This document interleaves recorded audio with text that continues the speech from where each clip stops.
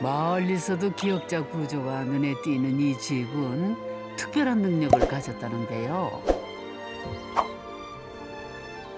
해가 지면은 그 비밀을 확인할 수 있답니다. 추위가 매서운 겨울밤.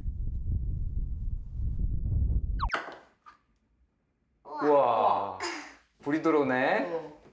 민나가 읽어봐. 아빠 잘 모르겠다. 어려워가지고. 가족들이 오붓하게 둘러앉아 크리스마스 트리를 만드는 중이네요. 이번에 크리스마스 때 산타 할아버지 오시면 선물 뭐 받고 싶어? 과자 먹고 싶어. 과자 받고 싶어? 산타 할아버지를 기다리는 정민이네 집. 혹시 특별한 집을 찾으셨나요? 아직 잘 모르시겠다고요? 네, 이 집의 비밀은요. 난방을 하지 않고도 26.1도를 유지하는 집이랍니다. 낮에 이렇게 외부 차양 안 하고 햇빛 그대로 들어온 거를 놔두면 한 25도, 6도까지 올라가요. 그러면 저희가 굉장히 추위를 많이 타는 스타일인데 그 정도면 거의 난방을 안 해도 돼요. 온도는 계속 유지돼요. 이게 보온병 역할식으로 이렇게 보온병으로 보면 되거든요. 그러니까 이 집은 단열 공법을 통해 에너지 사용을 최소화한 패시브 하우스인데요. 그 원리는 보온병과 비슷하답니다. 차가운 물도 뜨거운 물도 보온병에 담으면 온도가 유지되죠, 왜? 인위적인 에너지를 이용해 난방을 해야 하는 일반 주택이 뜨거운 물을 계속 데워줘야 하는 것과 같다면요. 단열을 강화해 열 손실을 최소화한 패시브 하우스는 보온병과 같다고 보면은 이해가 쉽죠.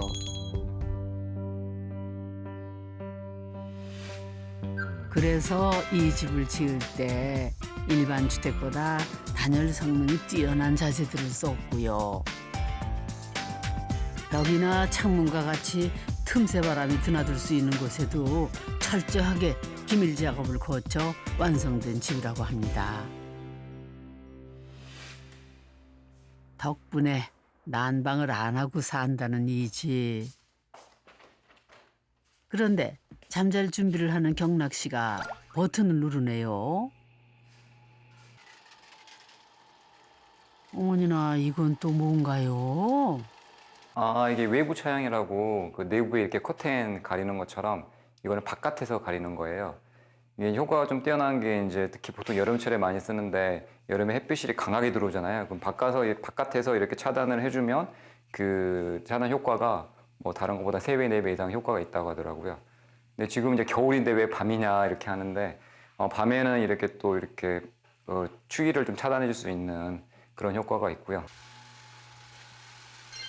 여름에는 열을 차단하고 겨울에는 열을 가두는 보조 장치랍니다. 이렇게 꽁꽁 싸매고 있으니 집이 훈훈할 수밖에요.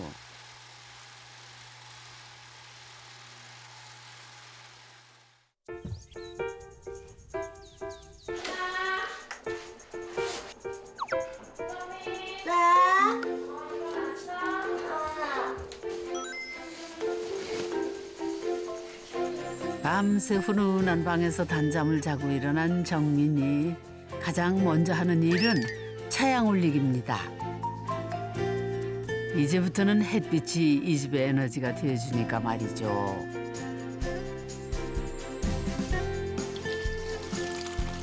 온수를 쓸 때만 유일하게 보일러가 돈다는데요. 전에는 아파트에 살았다는 정민이네 가족. 패시브 하우스에 살아보니 어떠신가요?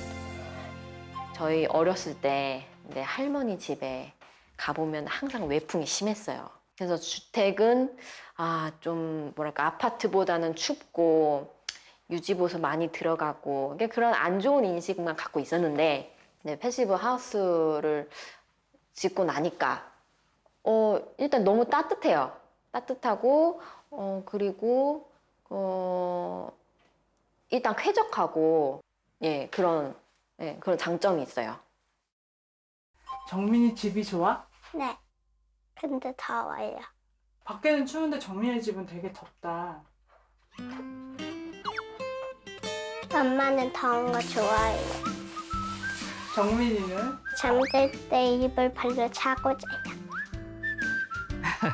어머와 딸 사이에 이런 온도차가 있을 줄은 몰랐네요. 36평인 이 집에서 냉난방 기기는 단 한 대뿐. 한여름이나 한겨울에만 잠깐씩 튼다고 하는데요.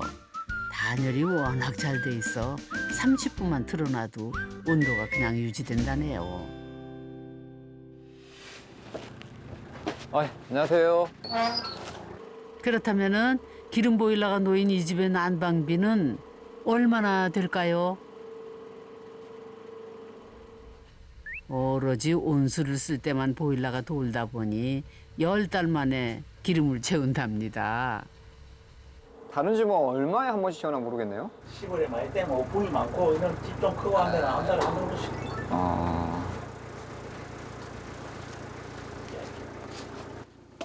저희는 거의 한 10개월 만에 넣잖아요.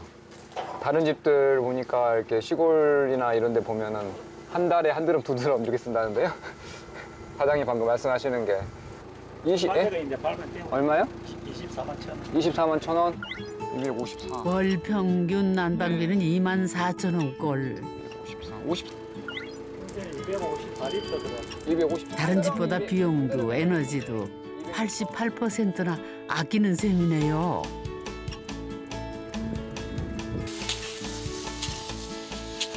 이 집의 특별함은 여기서 끝이 아니랍니다.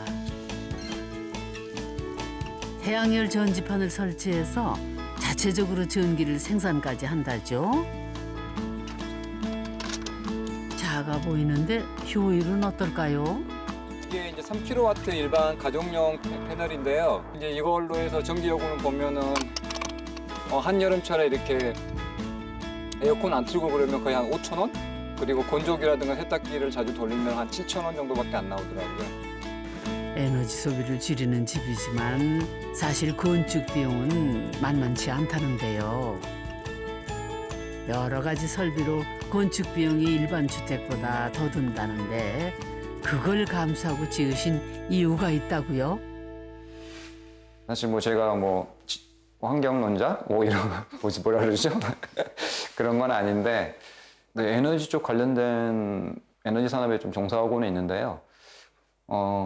그러면서도 좀 많이 배고 느낀 것들이 있죠. 전기를 만들기 위해서 원자력 이런 것도 있지만 거의 주력은 석탄 화력이에요. 그래서 좀 과다하게 소비하고 있는 건 아닌가 하는 생각이 든 거죠. 전기를 만드는 화력발전소에 다니고 있는 경락 씨.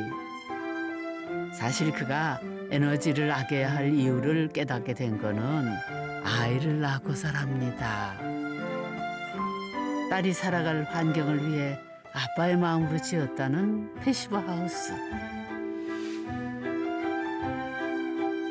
자, 그럼 이제 이 집의 본격적인 건축 탐구를 시작할 차례입니다. 살루길을 와서 거기서 또 1시간. 오늘도요, 먼 길을 달려온 건축가들이 있습니다. 하여튼 멀리도 안 해요. 그러니까 거의 끝단, 우리나라의 끝단까지 왔잖아요. 삼천포. 삼천. 근데 여기에 그 화력발전소가 있고 네. 거기서 일하시는 분들이 그 패시브하우스를 지으셨다고 그러더라고요. 에너지를 만드시는 분들이 그러니까 만드시는 분들이 에너지를 아끼는 집을 지으시는 오히려. 사람과 집을 잇는 부부 건축가 이명남 노은주 소장님이십니다. 사실은 패시브하우스라는 게 에너지 사용량을 굉장히 정량적으로 체크하는 집이라는 거잖아요. 그쵸. 그래서 그런 것들의 의미를 여기서 한번 제대로 살펴볼 수 있으면 좋을 것 같아요. 그러니까요. 저기 보이는 저 집인가 보네. 그쵸. 창문들 이렇게. 네네. 아, 예리한 두 분의 눈에 집이 포착됐습니다. 계신가요? 계세요. 여기에 보면은 1.4리터 뭐 이렇게. 네, 잠깐만요. 이렇게 계시나 보다. 안녕하세요. 안녕하세요. 처음 뵙겠습니다. 네, 처음 뵙겠습니다. 아주 잘 지은 패시브 하우스가 있다길래. 근데 여기 여기 이렇게 네. 1.4L 써 있는 게 1.4리터 뭐 이런 네, 건가요? 네, 네. 아. 1제곱미터당 그 제곱미터당 2.4리터? 예. 아, 뛰어난 에너지 성능을 문패처럼 달고 있는지 네, 뽐낼 만하네요. 아 자동차 연비처럼 네. 이렇게 연비가 아 예. 여기가 이제 뒤쪽인가 보죠? 그 지구의 이제 남쪽으로 향해서 예. 이렇게 예. 아, 그럼 네. 남쪽은 좀 창이 더 크고 뒤쪽은 일부러 작게 네, 하신 네, 거죠? 네. 아, 아, 먼저 이쪽은 바깥에 또- 한번 네네. 아, 나무도 되게 좋은 거 쓰셨네. 내장으로. 아 이쪽은 확 열렸네요. 네. 어우. 꽉 막힌 뒤편과는 완전히 다른 반전 매력을 가진 집입니다. 이게 다르다. 뒤에서 봤던 느낌하고 여기는 표정이 확 있네. 집의 표정이 다 카페 같아요. 집이 그러니까요. 카페 같은 느낌이. 근데 창을 굉장히 크게 내셨어요. 네. 패시브하우스 치고는. 이 집의 큰 창은 일사에너지를 얻는 수단이라죠. 아 그리고 여기가 또 남부 지방이니까 네, 네, 네. 겨울에 그래도 상대적으로 따뜻한 편이잖아요. 그래서 아마 가능한 모양이죠.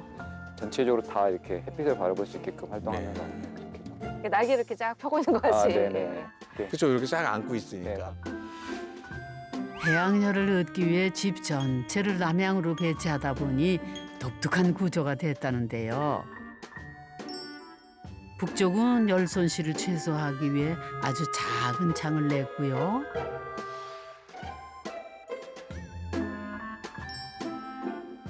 종일 햇살이 머무는 남쪽 창만 크게 설계해 반전 있는 집이 탄생한 것이죠. 아니, 그래서 이렇게 뒤에서 볼 때는 사실은 집이 좀 답답하지 않을까 걱정을 했는데 네, 네, 역시 앞에서 와서 보니까 시원하게 앞으로 잘 열려 있고 아, 구성이 참 잘 된 집이구나 느껴졌는데 안에도 들어가 볼 수 이쪽으로 있을까요? 아, 예. 네, 앞뒤가 전혀 다른 이 집. 내부는 또 어떨지 기대가 되네요. 아우 드디어 안에 신발을 여기서 내놔요. 아, 예, 제가 정리해요. 아니 여기. 예. 아 이렇게 됐구나. 어우 확실히 따뜻하다. 따뜻하다. 확실히 따뜻한데요? 네. 아 그럼 옷을 좀 벗어야겠다. 네, 네. 어유 감사합니다. 역시 패시브하우스라서. 따뜻한. 난방을 지금 하신 거예요? 아니, 난방. 아 안 한 건데. 아. 확실히. 안에 들어오니까 또 카페 같은데요? 밖에서도 카페 같은데. 역시 젊은 분들이 사니까 감각이 이런 칸막이 같은 것도. 이야, 그래요. 세련된 감각이 돋보이는 집입니다. 어쩜 소품 하나하나도 아기자기한지 꼭 분위기 좋은 카페에 와 있는 것만 같죠? 그 되게 단순했는데 밖에서 볼 때는 안에 들어오니까 되게 아기자기하게. 아 그리고 이게 보니까 네. 이게 기둥이 이렇게 있는 거 보니까 중목 구조인 모양이죠 네, 네, 이게. 맞습니다. 네. 그 보통 우리 책상 같은 거 생각하면 그쵸? 다리가 이렇게 있어가지고 위에 이렇게 상판을 받듯이 이거는 약간 동양에서 오히려 많이 쓰는 방식이거든요. 이 집은 한옥처럼 기둥과 보호로 힘을 받는 중목 구조인데요. 겉으로 드러나는 나무가 주는 우아함에 반해서 집주인이 적극적으로 택한 거라죠. 선생님 같이 이제 설계해서 다 하고 싶은 걸 다 하고 인테리어도 굉장히 이 색상이나 이런 거 신경을 되게 많이 쓰신 것 같아요. 네. 처음에 이제 건축가님한테 이렇게 네. 뭐 의뢰를 할 때 네. 제가 리포트를 만들어 가지고 있었어요. 아 그거 되게 좋은 방법. 전체적인 기본 컨셉은 어떻게? 마음 100페이지 되고 그런 건 아니죠? 100페이지까지는 아닌데 예를 들면 기본 컨셉은 네. 아침에 일어나서 네. 그 괜찮은 레스토랑에서 밥 먹고 차 마시고 다. 그다음에 조식. 예, 네. 조식 뷔페 이렇게 다 네. 먹고 이제 저녁에는 호텔에서 그러니까 아침에는 카페에서 그래서 아니 이게 안에 있는 이런 그 섬세하게 이렇게 되게 젊은 느낌이 나요. 네. 되게 젊은 분이 이게 집을 이렇게 카페처럼 하는구나 하는 느낌이 났고 특히 재밌었던 거는 저는 현관 들어오자마자 네. 집이 바로 쫙 전모가 나오는 게 네, 보통은 좀 피하잖아요. 네, 근데 네. 무슨 의도가 있으셨던 것 같아요. 그래도 보통 보면은 이제 애들이나 보면 대충 인사하고 네. 자기 방으로 쏙 들어가잖아요. 네. 근데 이제 얘 들어오면은 엄마 아빠가 이렇게 주방에서 뭐 하고 있으면 함께 먼저 할 수 있는 예, 그런 소통의 공간을 좀 중요시 여기다 보니까 네. 그러니까 길목을 지키고 계신 거네요. 그렇죠. 바로 못 들어가게끔. 가족이 함께하는 공용 공간을 중점으로 설계된 정민이네 집. 그래서 현관 오른편에는 주방과 이어진 넓은 거실이 있고요. 현관에서 직진하면 또 가족이 함께 할 수 있는 평상이 있답니다. 그 옆으로 사적인 공간들이 배치되어 있는데요. 방은 딱 2개뿐이랍니다. 햇살이 눈부신 아담한 크기의 정민이 방하고 문더덕이 없이 설계된 안방이죠.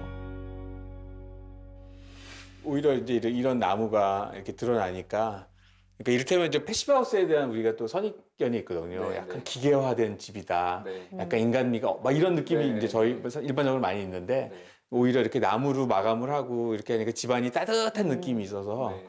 그런 것들이 별로 이렇게 느껴지지가 않아요. 근데 사실은 군데군데 숨어 있겠죠. 그 패시브하우스 여러 가지 네. 설비들이. 네, 네. 주로 뭐가 있나요? 패시브하우스 설비가? 우리가 사람을 보면 심장이라고 할 수 있는 그 공기를 순환시켜주는 다시 이제 열회수형 네. 환기 장치가 네. 있고요. 그래서 거기 있는 저기 있는 조그만 얘네 것들이 동그란 것들이 다 그 열애수. 네, 네, 네. 여기서 이제 공기가 나오고 들어오고 하는 네, 건가요? 네. 저 위에 숨어 있는 환기구들이 패시브 하우스의 핵심 장치라는데요. 이 집을 살아 숨쉬게 하는 심장과 같은 역할을 한다죠. 그러니까 창을 열지 않고도 이 환기 장치를 통해서 오염된 공기와 신선한 공기가 교환이 된답니다. 여기 배관으로 이어진 열회수 환기 장치는 환기 시 버려지는 열을 회수하는 원리로 작동되는데요. 차갑고 신선한 공기를 실내로 들여올 때 오염된 실내 공기의 열로 데워서 열 손실 없이 따뜻하면서도 신선한 공기를 공급한답니다. 이런 장치를 통해 소극적으로 에너지를 소비한다는 뜻에서 이름 붙은 패시브 하우스. 사람과 환경을 생각한 집입니다. 다 완전 내려왔습니다. 중간에 이렇게 멈춘 수도 있거든요. 오늘 건축가들은 이 집을 통해 어떤 걸 느끼셨을까요? 우리가 이제 집이라는 것이 점점 발전을 해 나가는 건데 20세기의 사람과 21세기의 사람이 사는 모습은 달라요. 그럴 수밖에 없는 게 이제 사회가 변하고 환경이 변하기 때문에 변하는 건데 일단 패시브 하우스도 우리 그 변화 과정에서 나오는 하나의 중요한 모멘트인 것 같아요. 집을 짓는 행위 자체가 자연을 건드리고 자연을 이렇게 뭐랄까 자연에 반하는 인공적인 이제 행위인데 그럼에도 불구하고 자연에 조금 도움을 줄 수 있는 거는 너무 좋은데 아직은 사실 비용이 많이 들죠. 그걸 찾는 사람이 많아지고 그거에 따른 자재들이 많이 나오기 시작하고 발전이 되면은 비용은 다시 다운되거든요. 그러니까 그거에 대한 사회적인 좀 논의를 해봐야 될 시점이 아닌가? 이 집을 보면서 좀 그런 생각을 했습니다. 누구보다 집을 좋아한다는 정민이. 그건 이 집에 온 후 아빠의 변화 때문이라는데요. 전에는 일만 하던 아빠와 소중한 추억을 쌓아가는 중이랍니다. 서울에서 이제 지방 내려오기 전까지는 어떻게 이제 뭐 40평 아파트라도 사가지고 해볼까 막 그런 생각만 가지고 정말 열심히 살았던 것 같아요. 근데 그렇게 이제 뭐 앞만 보고 경제적인 부분만 뭐 재택적인 부분만 보고 추구하는 것보다는 차라리 그 돈으로 그냥 추억을 사자. 집에서 소중한 우리 공간을 만들어가지고 거기서 좋은 추억 만들고 애가 마음껏 뛰어놀 수 있게끔 그런 추억을 주는 게 가장 큰 유산이지 않는가라는 생각이 들더라고요. 역시 집을 완성하는 건 그 집에 사는 사람들인가 봅니다. 시금치가 제일 맛있지. 하루하루 딸이 커가는 모습을 지켜보며 따뜻한 가족의 시간으로 채워가는 정민이네 집.